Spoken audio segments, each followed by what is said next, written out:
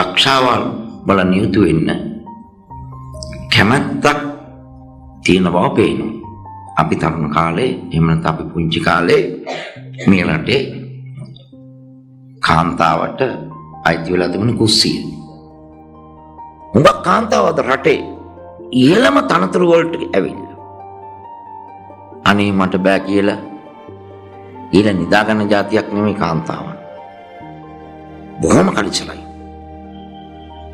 හැඟීමක් තියෙනවා තමයි බාරගත්ත වැඩ කොටස කරන්න ඕන. ඕනෑම අභියෝගයක් බාර ගන්න කැමතියි. මේ දරුවෝ මෙහෙම හිටියට අභියෝගයක් දීලා බලන්නකො බාර ගන්න නැද්ද කියලා බලන්න.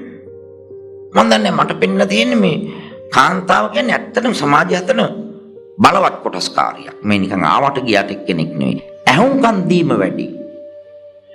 නාස්ති කරන්න එපා. රස්ති ආදුවේ යන්න එපා. අන්න ඒ වගේ දරුවනේ. අනේ ඔයාලා ලස්සනට හැසිරෙන්න. ඔයාලා ලස්සනට ඉන්න. ලස්සනට කන්න. ලස්සනට සල්ලි එක්ක හපන්න.